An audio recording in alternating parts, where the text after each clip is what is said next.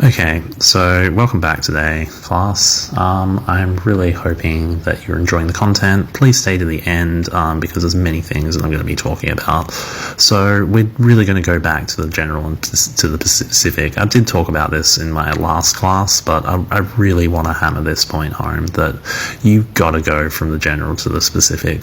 Throughout this video, you'll notice that I'm only focusing on one area as well.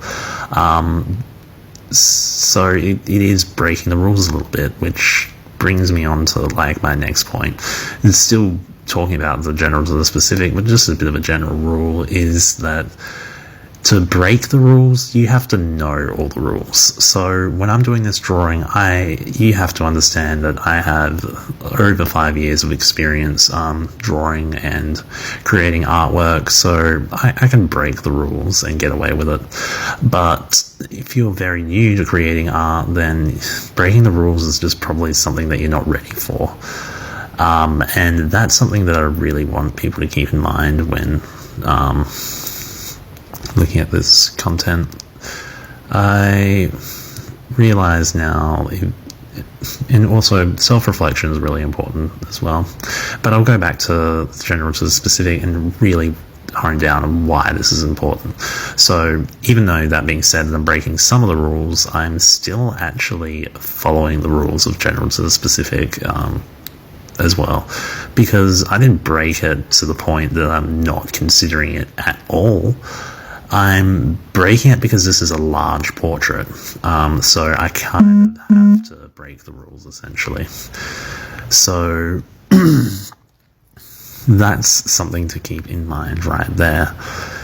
So when you want to create an artwork and you're just doing, say, a small drawing or something like that, you probably want to do like an underdrawing, and then follow that up with whatever style that you're planning on doing. I'm even following this rule here, but I'm not following it to the extent that maybe you would. So one of the other things that you'll notice me doing is I'm actually smudging all of these pastels together at one point, and probably not at this point, but where you can see me right now, but it will be in a bit. There we go, we can see me smudging everything. This is to generalize the tones and everything like that, because this is just the first layer of work that I'm doing. And as you can see, it really generalizes the tone and everything like that. So that's it on to general to specific. I'll cover the next time. So the next thing I'm going to talk about is the eraser being a tool. So you might have actually noticed that it essentially applies to the smudging as well. That's kind of a way of erasing a bit of the details of the drawing that I currently had in, but the thing that you got to really consider there is that's a tool, and we've had very famous artists that would actually use smudging with like some of the Renaissance era. There are artists out there, I can't remember off the top of my head, so sorry for not being able to get an exact reference, but some of the really famous artists in the Renaissance would actually smudge the paint with their hands. And the way they found this out is that there was actually fingerprints found in the paintings that they had done. It might have been Michelangelo, but specific details don't go into it right now. And this is just something I remember in my live painting classes essentially. But anyway, I feel like I'm rambling on a bit there. The point is using my fingers to smudge is kind of acting as an eraser. If you go back to the first class as well, you'll notice that I use a rag to pretty much get rid of most of the charcoal. This goes back to the eraser being a tool as well. Now, the rag is not an eraser per se, but it is using it to erase, so therefore it is a tool that is like an eraser. But I actually do use an actual eraser while I'm drawing to actually erase things, which you do have to do sometimes. But usually when you're trying to erase things, you're not actually going to get rid of everything. So this is why it's actually more of a tool for drawing. So you want to So at one point, when I'm doing the glasses of this drawing, which you'll see later in the video, is I actually use the eraser a bit to just draw out where the glasses are, because I went over a bit too far with the pastels. Now you can see that I'm starting to draw the glasses there, which is also breaking the rule that we talked about earlier. General to specific. This is a really specific thing, but I know that I have to get this done. And yeah, breaking the rules sometimes is okay. But anyway, I'll stop rambling on about that. Getting back to the point that the eraser is a tool. I think I've covered the basics of that right now, and this is like a new subject for you guys. I'll talk about the next topic. So now I'm actually going to talk about work ethic. Now, this doesn't really apply to people who don't want to make a career out of art, but this does apply to people who do want to make a career out of art. So if you're the type of person that is not really interested in making a career of art, this isn't going to apply to you as much. You're going to use art more for the soul, essentially, which is perfectly fine. But for people who want to make a career out of it, you're going to have to put a lot of hard work into it. It's going to be harder than a regular 9-to-5 job, and you're probably going to have to put more time than a 9-to-5 job into it as well. That is the struggle. I learned this the hard way. When I first started doing my first show outside of art school, I had to work really hard. I was working a mundane job on top of doing the art. Some people would be able to do this, but it took away the work ethic from my art a bit, and it did push me over the line to past my limits, which relates to work ethic. I think you got to know where your limits are, and you've got to have a good work ethic at the same time.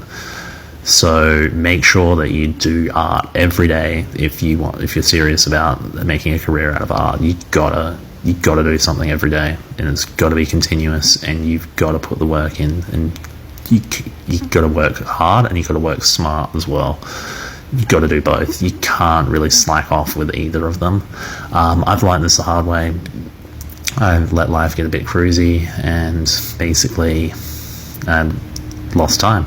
But I've learned from those mistakes, and that's really important as well. Don't be afraid to make mistakes, but you've got to keep putting the work in, because if you keep putting the work in, you slowly become better as an artist. And in this day and age, you really do have to put the hard work in. So don't spend time, don't waste your time, essentially, and just keep putting the work ethic in. You're going to thank me later for it, even if it's going to be hard right now.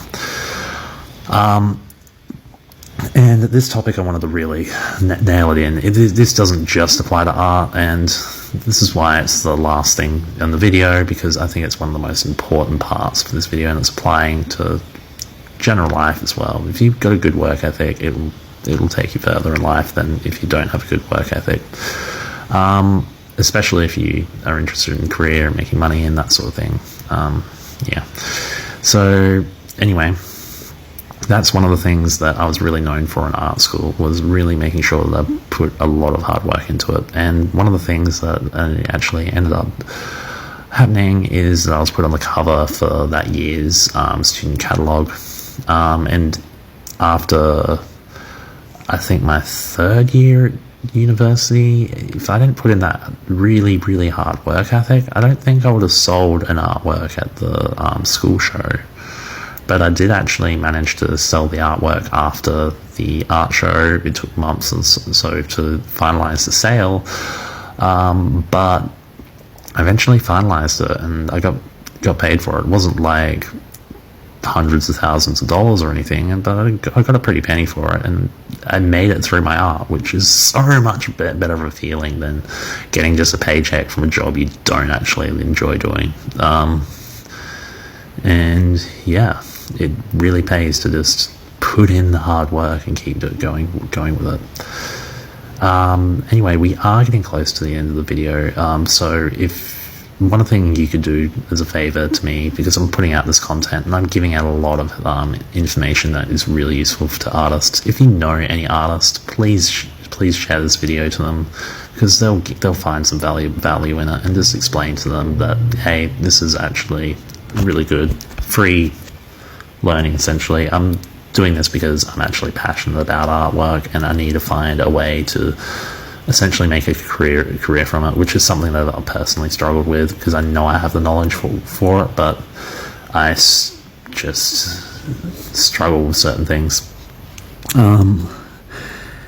Anyway, one of the things I really want you guys to know is work ethic is really important with artwork, and even if you're not taking it seriously and you're just doing it for the joy of it as a hobby, it is still important to put that work ethic in.